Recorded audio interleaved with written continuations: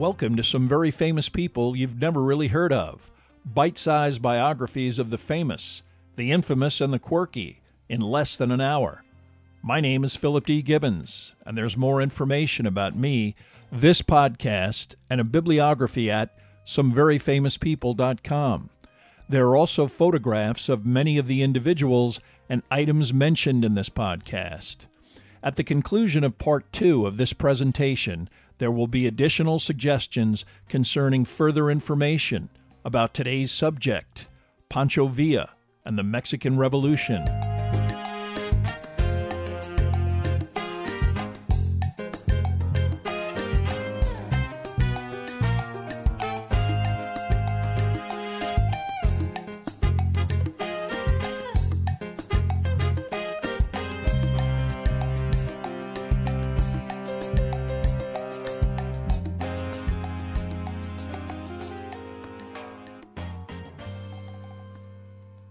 Now let's continue with our story about Pancho Villa. Predictably, military matters dictated that Villa's official tenure as governor would be short-lived. He officially resigned on January 7th, 1914, intent on pursuing the remnants of the Huerta military opposition at Ojinaga. A previous military effort was stalled, and Villa figured his presence was enough to achieve success. He was correct. Within hours of his arrival, a night attack was ordered, the city stormed, and the Huertistas panicked and fled, not wanting to be captured. Many literally swam across the Rio Grande to safety, but also internment in the United States.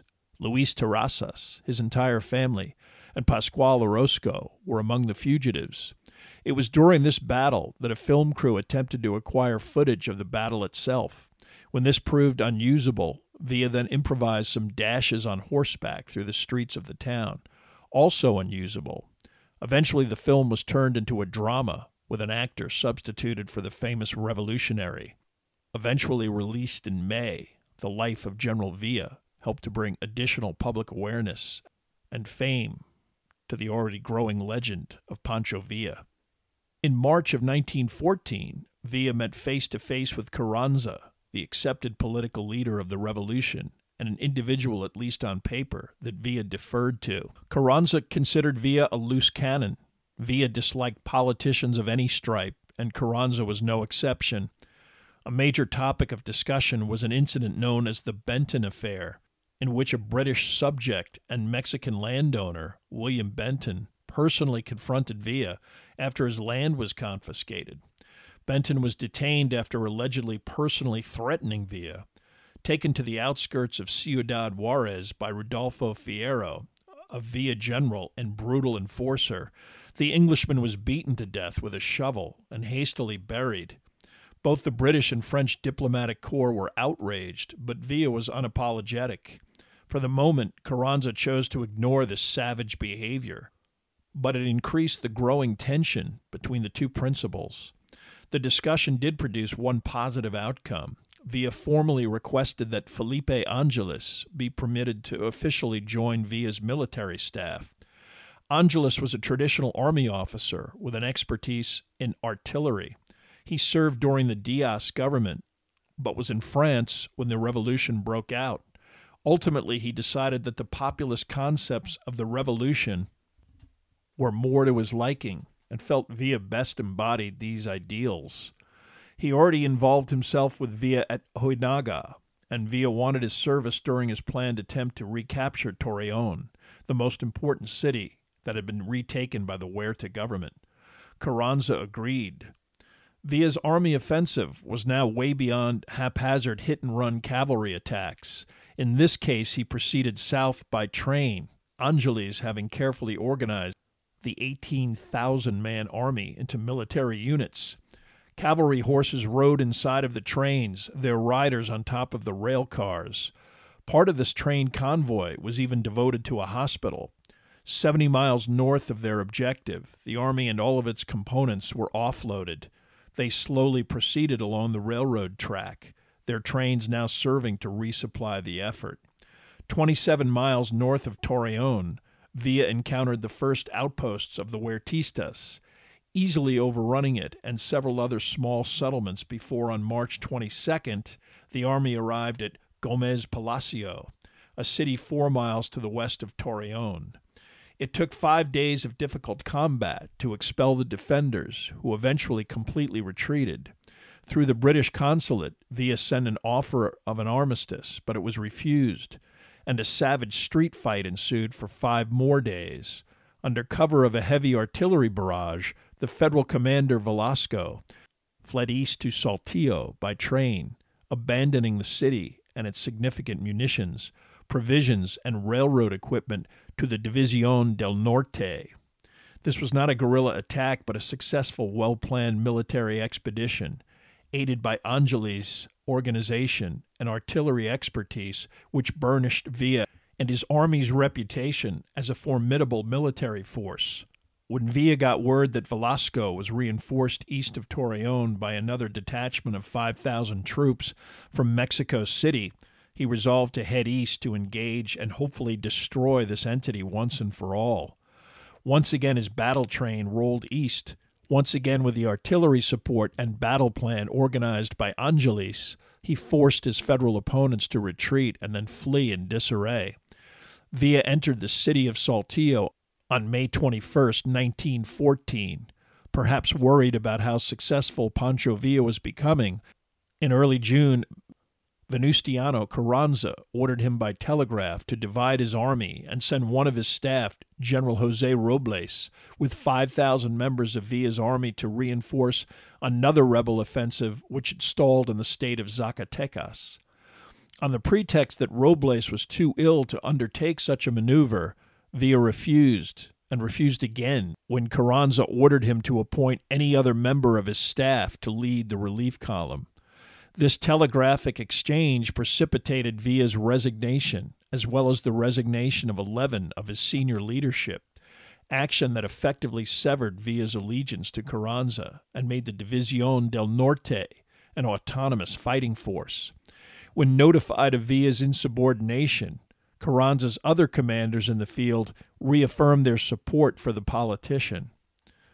Villa remained defiant. He began moving his army south in the direction of Zacatecas, a city fortified with 12,000 federal soldiers and the gateway to Mexico's interior and the capital.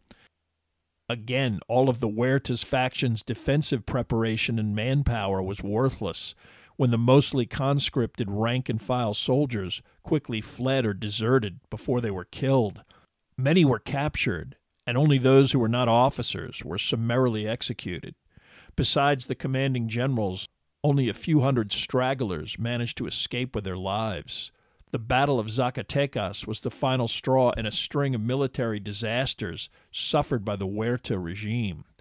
The complete collapse of the Federal Army, the only entity which maintained Victoriano Huerta's tentative grip on power, signified the end of his rule. He resigned on July 15, 1914, made his way to Jamaica and temporary refuge in Europe. Although at the height of his military effectiveness and power, Pancho Villa was now confronted with fundamental logistical issues. Although the path to the capital was wide open, Carranza ordered the cutoff of any resupply, especially of coal, which limited the rebel general's railway mobility. Foreign hostility caught up to Villa personally when the Wilson administration tailored an arms embargo designed specifically for the Villistas. Any attempt to patch up an agreement between Carranza and Villa failed, and it became clear that Pancho would never make it to Mexico City before another general loyal to Carranza, Alvaro Obregón. Obregón, approaching initially from the western state of Jalisco, marched unopposed into Mexico City on August 18, 1914. Carranza joined him 2 days later. Villa had no choice but to retreat northward back to the state of Chihuahua to regroup, resupply, and recruit more soldiers. Although Obregón was formally still loyal to Carranza, he understood both the military power and volatile nature of Pancho Villa and was eager to maintain a coalition that included all three men. To that end, he agreed to travel to Chihuahua City to meet personally with Villa to hammer out a deal. Because Obregón shared many of Villa's populist ideals, The agreement they struck contained many demands involving legal, social, and political reform. Most importantly, the written document presented to Carranza insisted that he declare himself the interim president, a designation that precluded him from running formally for president in any future election. Under the current extra-legal government, Carranza was officially a dictator with no official status, and in the eyes of Villa, and even partially of Obregón, no different than Diaz or Huerta. Upon returning to Mexico City, Obregón and Villa's written demands were summarily rejected by Carranza, who with his own significant and loyal standing army certainly could prevent the document's implementation. Twice more, Obregón would make the trek to Chihuahua to try and reconcile the two men, finally giving up when Villa began to threaten him personally. Carranza's only palpable negotiation involved tearing up the railroad line north of Zacatecas. Upon hearing of this development, Villa formally withdrew any military or political support for Venustiano Carranza. Without any consensus among the various military leaders currently impacting the revolution, Carranza understood that his grip on power would be temporary. He attempted to bring all of the various entities together at what was proclaimed as the Great Convention of the Military Chiefs and State Governors. Unfortunately for Carranza, the military leaders excluded any civilian entities, which allowed the participation of Emiliano Zapata and the rejection of Carranza. This body, dominated by Obregón and Villa, appointed a general, Eulalio Gutierrez, as an interim president. Carranza soon realized that not only his political power was in jeopardy, but also his physical well-being. He and his most loyal supporters relocated to the coastal town of Veracruz, coincidentally under the military occupation of the U.S. government after a violent March incident involving the U.S. Navy. Pancho Villa chose this window of opportunity to march his army within a few miles of Mexico City, pausing only to meet personally with Zapata. On December 4th, 1914, at Xochimilco, one of the most remarkable meetings in Mexican history occurred when the two men met and came to an agreement as to carving up territory and future military strategy. 2 days later, both men's armies entered the capital, Villa providing Zapata's forces with weapons and artillery. Obregón had already declared his opposition to Villa, and after assassinating some of his longtime political enemies, Pancho decided to leave attacking Veracruz to Zapata and headed north to consolidate his power in the region.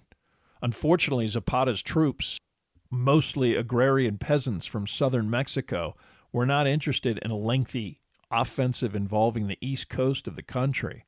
While Carranza collected millions in port revenue, Obregón organized an army of opposition.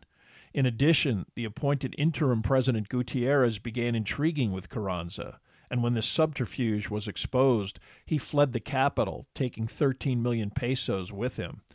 At a hastily convened conference, the Villistas and Zapatistas then appointed another individual, Roque Gonzalez Garza, as a third provisional president. Typical of the politics of the time period, Mexico now officially had three provisional presidents, Carranza, Gutierrez, and Garza. Because Carranza had support throughout the country, Villa was forced to defend territory that he previously controlled. Both Villa and Zapata abandoned Mexico City, which was then immediately occupied by Obregón. The Carrancistas took everything of value and added more recruits from the poorest sectors of the city. The only alternative within the looted capital was starvation. Villa focused on a long-term offensive with an objective of pushing all the way to the Gulf of Mexico. But he was distracted when Obregón began marching north from Mexico City, hoping to lure Villa into a pitched battle. The Carrancista general halted at the town of Celaya, about 160 miles from Mexico City, and began constructing fortifications. He prepared for a battle that both he and Villa wanted, each commander confident of the outcome. Obregón had an entire month to organize his forces, while Villa marched in his direction. On April 6th, Villa's army reached the battlefield and began frontal assaults against entrenched artillery and machine guns. Unlike the unenthusiastic federal troops that repeatedly fled at the first sight of Villa's vaunted cavalry, Obregon's troops were a determined group led by an intelligent and experienced military strategist. This contingent successfully repulsed every Villa assault, the battle a stalemate that only guaranteed that both sides would resupply and fight again. The impetuous Pancho Villa learned nothing from the first encounter. He continually figured that he was just one cavalry charge away from scattering Obregon's defensive lines and winning the day. It never happened. For 2 days, these costly attacks continued with thousands of casualties suffered by the Villistas. Finally, Obregon ordered a counterattack that forced Villa to order a full-scale retreat. The Battle of Celaya, a devastating defeat. 6,000 of his men were killed, 5,000 wounded, and 6,000 captured. Obregon's losses were in the hundreds, 10% of what Villa absorbed.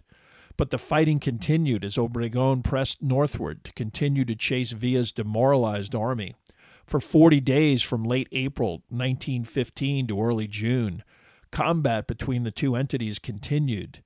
After receiving reinforcements, Villa decided to counterattack at León, initially achieving success on June 3rd after an artillery attack blew off the arm of General Obregon.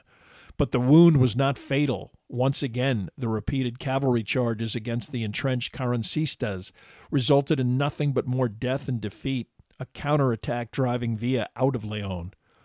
A final pitched battle at Aguas Calientes, 8 miles north of León, was another disaster for Villa, effectively destroying the División del Norte and scattering the rest of Villa's men northward towards Chihuahua.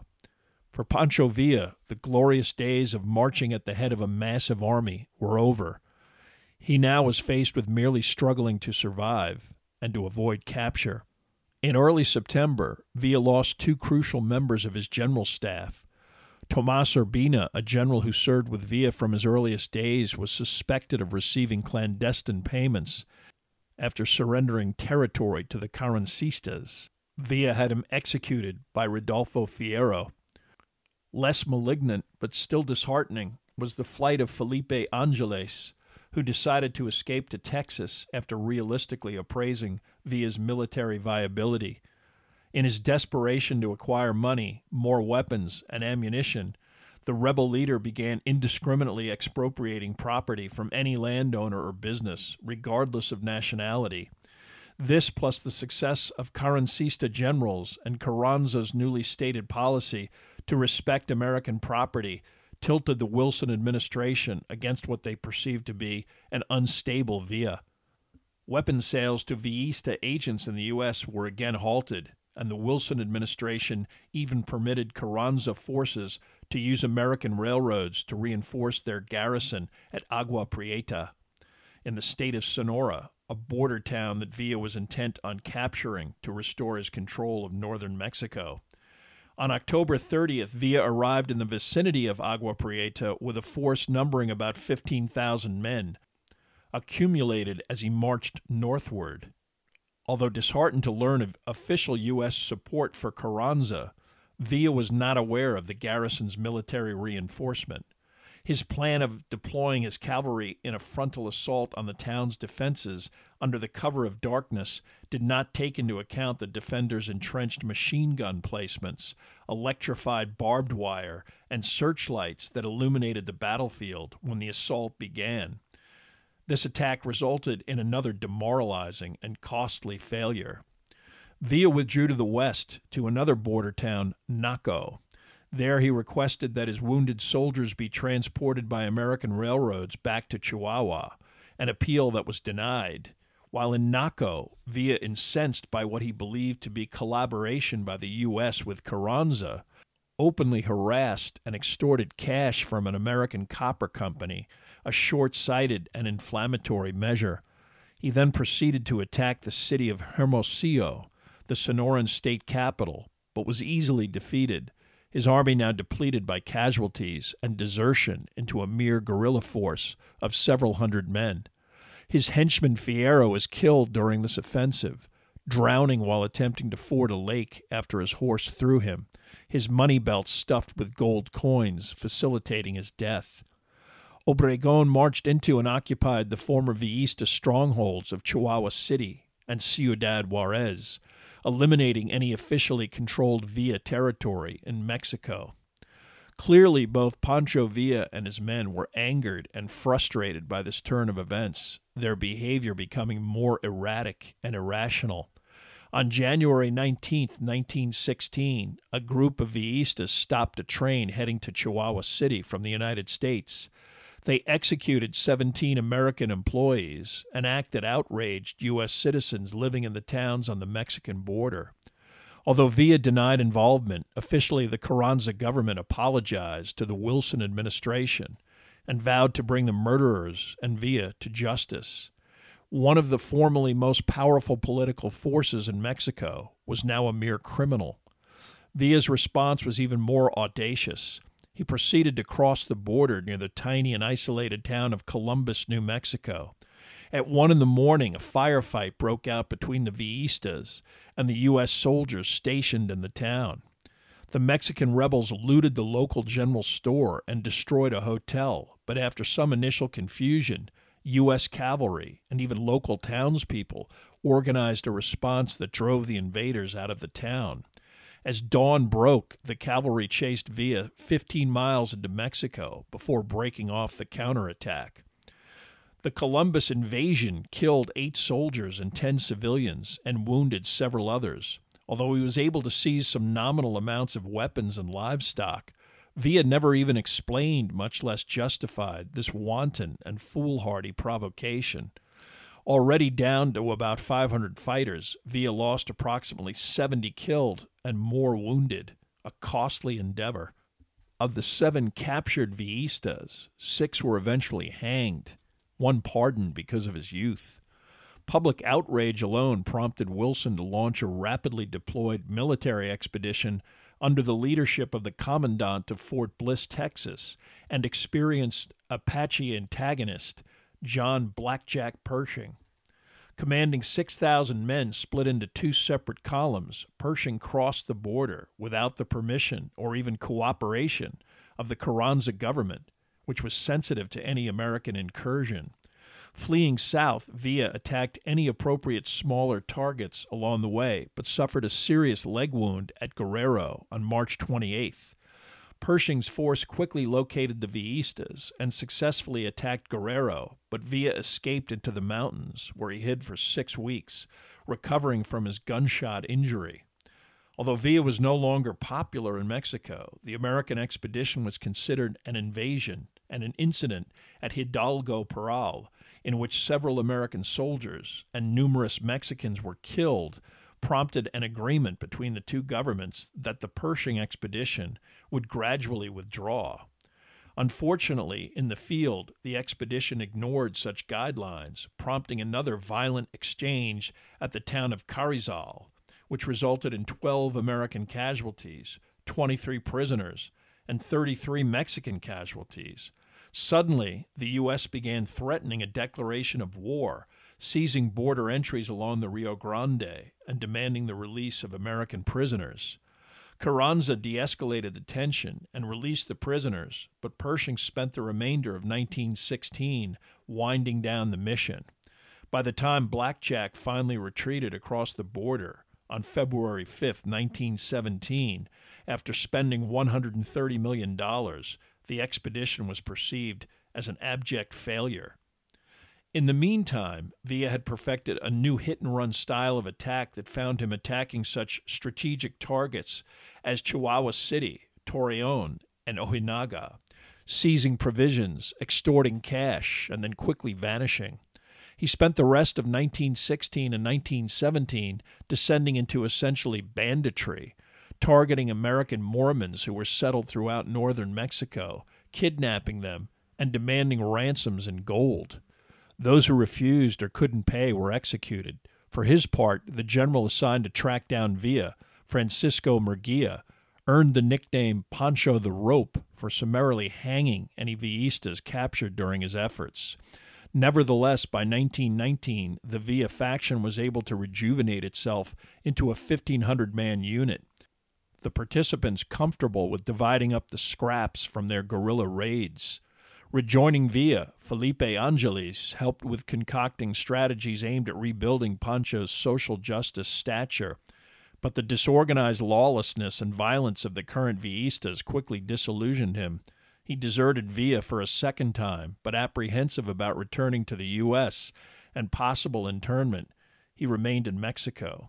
Captured by the Carranza government, he was court-martialed in Mexico City, condemned and executed by firing squad on November 26, 1919. Following another failed attempt to seize Ciudad Juarez in June of the same year, Villa's brief and modest resurgence flickered out. While Villa's power waned, Carranza was able to convene a constitutional convention that officially designated him as the President of Mexico in May of 1917.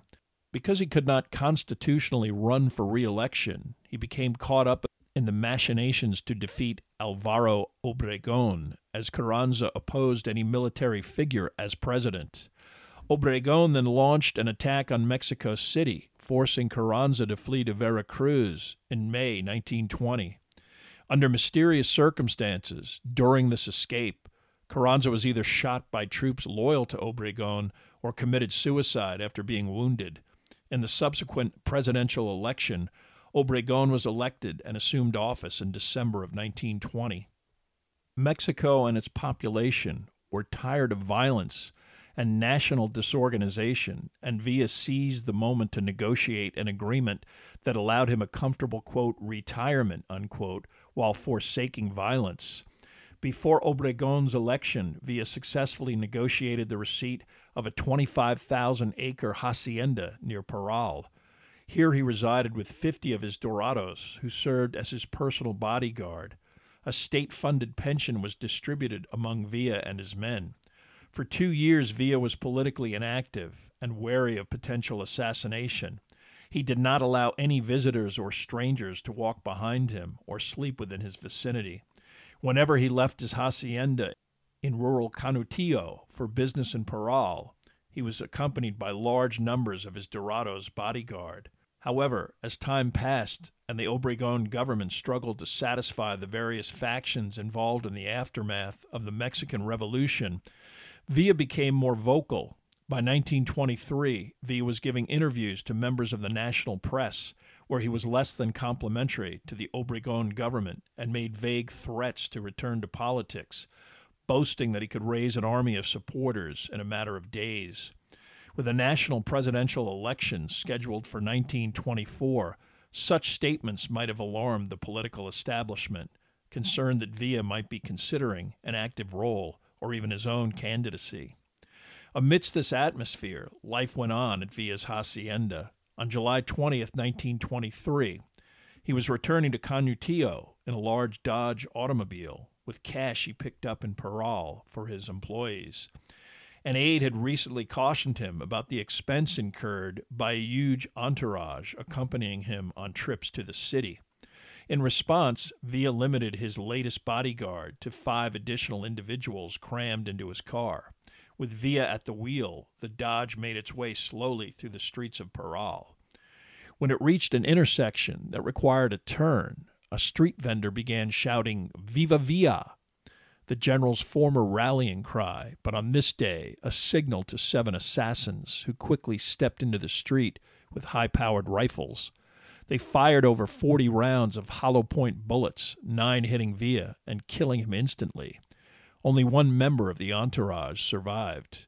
To ensure that Villa's funeral would not become a political demonstration or even a violent insurrection, government officials insisted that Villa was buried the next day in a small, nondescript grave in Parral, instead of the elaborate crypt Villa planned on in Chihuahua City. Of the major political figures of the Mexican Revolution, only Álvaro Obregón remained standing. Porfirio Díaz died in exile in Paris in 1915. Villa, Carranza, Zapata, and Madero all were assassinated at some point during this power struggle. Prompted by the Germans in 1916, Victoriano Huerta returned to the United States, where he conspired, in conjunction with Pascual Orozco, to launch a coup d'etat against the Mexican government. He was arrested on a charge of sedition by U.S. Marshals after stepping off of a train in New Mexico, only a short distance from the Mexican border. Confined to Fort Bliss, he died shortly thereafter, possibly poisoned by the American government. Orozco was shot to death after escaping house arrest in El Paso, ostensibly for stealing horses while attempting to make his way back to Mexico. Although members of the U.S. military participated in his killing, no one was ever punished for the incident. Obregon's presidential reign was limited to 1924, as he was constitutionally allowed one term. His hand-picked successor, Plutarco Calles, the general who defeated Villa at Agua Prieta and a confidant of Obregon, was elected, but this did little to provide political and social stability.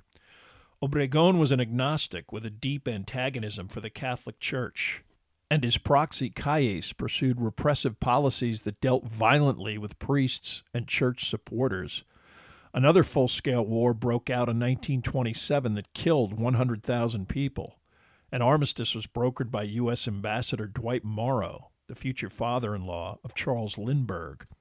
Calles also changed the Constitution to allow for the re-election of presidents, just not for consecutive terms. This benefited Obregon, who was re-elected in 1928. Unfortunately, he was unable to assume office, assassinated by a Catholic fanatic 2 weeks after the election. Even in death, Pancho Villa did not enjoy solitude. In February of 1926, Villa's grave was broken into and his corpse mutilated. His skull was removed and disappeared. An American, Emil Holmdahl, was charged with the crime, but was released after a wealthy American rancher interceded. Although Holmdahl publicly maintained his innocence, he was known to be obsessed with a possibly missing Villa treasure of gold, and confided to several people that he stole the skull on order from a wealthy American.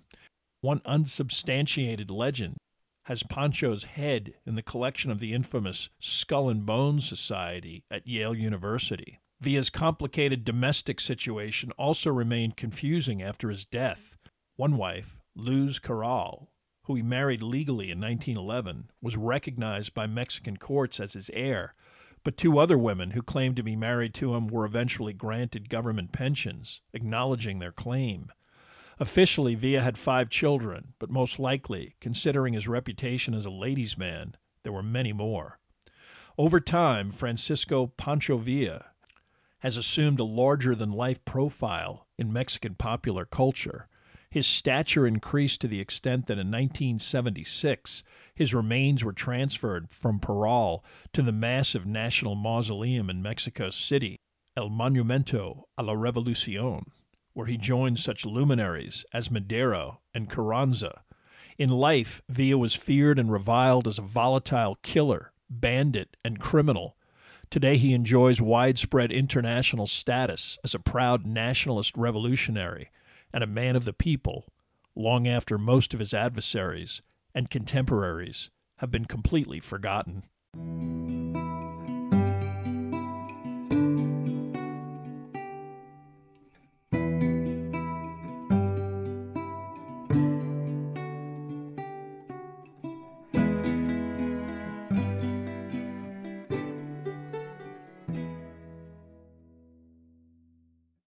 Thank you for listening to part 2 of this podcast about Pancho Villa. Much of the information for this podcast came from the book The Life and Times of Pancho Villa by Friedrich Katz, and Villa, Soldier of the Mexican Revolution by Robert Shana. There are also additional photographs, bibliographical and musical information at someveryfamouspeople.com. If you have enjoyed this presentation, please like us at our Facebook page, Some Very Famous People, and follow us on Twitter at Philip D. Gibbons. Also rate us on iTunes, and if you have the time, leave a brief review. A link is provided at the website.